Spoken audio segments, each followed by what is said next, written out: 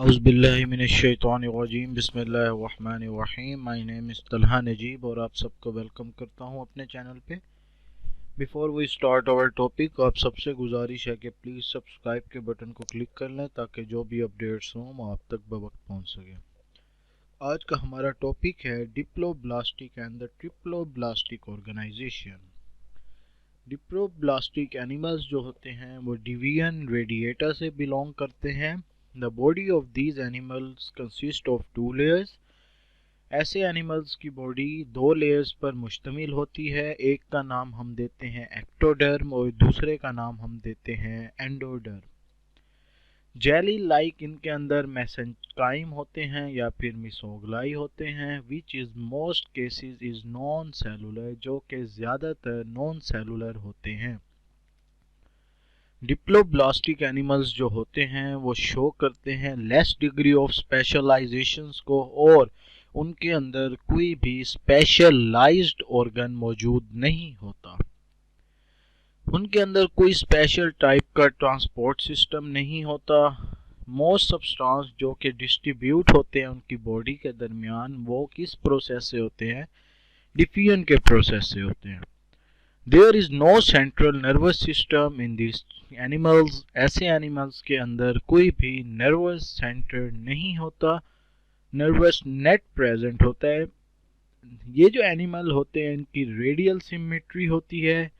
एक ही कैविटी होती है बॉडी की जिसको हम नेम देते हैं गैस्ट्रोवेस्कुलर कैविटी का, जो कि सिर्फ और सिर्फ माउथ है, और वो क्या सर्व करती है? ये एंट्री ऑफ फूड यानी कि फूड को अंदर जाने का रास्ता प्रोवाइड करती है, पानी को अंदर जाने का रास्ता प्रोवाइड करती है, और जो वेस्ट मटेरियल या वेस्ट वाटर जो भी होता है उनका, वो भी सिर्फ माउथ के ज़रिए जो है वो रिमूव हो सकता है। इसको हम इस टाइप का जो डाइजेस्टिव सिस्टम होता है इसको हम नेम देते हैं जी सैक लाइक डाइजेस्टिव सिस्टम। अब जो डिप्लोब्लास्टिक एनिमल्स हैं वो इंक्लूडेड होते हैं फाइलम सिनाइडेरिया के अंदर, जो कि हम बाद में दूसरे चैप्टर्स में स्टडी करेंगे। नेक्स्ट हमारे पास आता है ट्रिप्लोब्लास्टिक एनिमल्स। ट्रिप्लोब्लास्टिक एनिमल्स जो होते हैं वो इंक्लूड करते हैं फाइला के अंदर, जो कि प्लेस्ड होते हैं ग्रेड बिलिटेरिया में। अब जो बॉडी है हमारे पास ट्रिप्लोब्लास्टिक एनिमल्स की, वो तीन लेयर से मिलकर बनती है। नंबर फर्स्ट है जी एक्टोडर्म, नंबर सेकंड है मीजोडर्म एंड नंबर थर्ड है हमारे पास एंडोडर्म। अब जब इनका एम्ब्रियोनिक डेवलपमेंट हो जाती है तो ये जो लेयर्स हैं ये क्या करते हैं जी, सेपरेट लेयर्स होती हैं सेल की, लेकिन जब ये डेवलपमेंट हो जाता है तो ये सारे कंबाइन होके हमारे पास एक ही स्ट्रक्चर बनाती हैं। अब वो जो स्पेशलाइज्ड स्ट्रक्चर बनते हैं हम उनको नेम देते हैं ऑर्गन्स का या ऑर्गन सिस्टम का। इनके अंदर स्पेशल ट्रांसपोर्ट सिस्टम होता है। कैसे होता है? ब्लड वेस्कुलर सिस्टम होता है ज़्यादातर केसेस में, ठीक है। The system such as integumentary and nervous develop from the ectoderm. जो नर्वस सिस्टम होता है वो एक्टोडर्म से डेवलप होता है। जो मीजोडर्म है वो मस्कुलर, स्केलेटल और रिप्रोडक्टिव सिस्टम को क्या करता है जी, डेवलप करता है।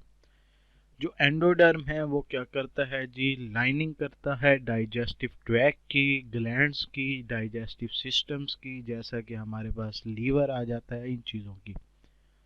अब जो डाइजेस्टिव सिस्टम है वो कैसा होता है इनके अंदर? वो इनके अंदर ट्यूब लाइक होता है, यानी कि माउथ है एक एंड पे और दूसरे एंड पे एनस है, जैसा कि हमारे पास ह्यूमन बीइंग्स का स्ट्रक्चर होता है।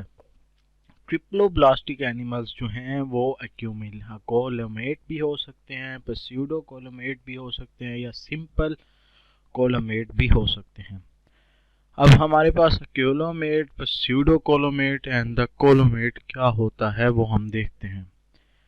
हमारे पास फर्स्ट में आता है जी coelomate. In the phylum platyhelminthes there is no body cavity और the coelom, and mesoderm forms a loose cellular tissue called the mesenchyma or the parenchyma, which fills the spaces between the ectoderm and the endoderm.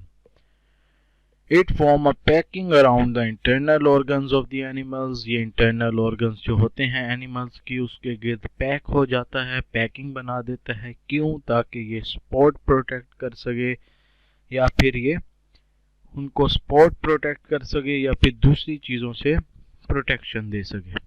ऐसे animals को हम name देते हैं अक्वाइलोमेट्स। अब ये जो अक्वाइलोमेट्स होते हैं इनके अंदर गट्स होते हैं, सैक टाइप होते हैं और कोई स्पेशल ट्रांसपोर्ट सिस्टम नहीं होता, सिर्फ एक्सक्रीटरी सिस्टम डेवलप होता है। क्यों? एक्सक्रीशंस के लिए। अब ये जो सिस्टम है ये फ्लेम सेल कंसिस्ट करते हैं, एक्सक्रीटरी डक्ट और द एक्सक्रीटरी पोर्स को। However nervous system is well developed. Next हमारे पास आ जाता है जी pseudocoelomates in the actually means the spaces between the body wall and digestive system is called the pseudocoelom. Pseudocoelom is not homologous to true coelom because it is not lined by the coelom epithelium. It has no relation with the reproductive or the excretory organs. ये develop होता है किससे? ब्लास्टोकोर के embryo से, और bound होता है externally किससे? मसल से, या फिर कुछ और एक्सटर्नल इंटेस्टाइन जो होते हैं। अब ये जो एनिमल्स जिनके में ये pseudocoelom का स्ट्रक्चर होता है इनको हम pseudocoelomates का नाम देते हैं। नेक्स्ट है हमारे पास coelomates. Coelomates is a cavity between the body wall. Coelomates क्या है? ये कैविटी है बॉडी वॉल के दरमियान और एलिमेंट्री कैनाल के दरमियान, और ये लाइन होती है किससे? मेसोडर्म से। जो मेसोडर्म है वो स्प्लिट हो जाता है किसके? आउटर पेरिटियल लेयर में और इनर पेरिटियल लेयर में। ठीक है जी।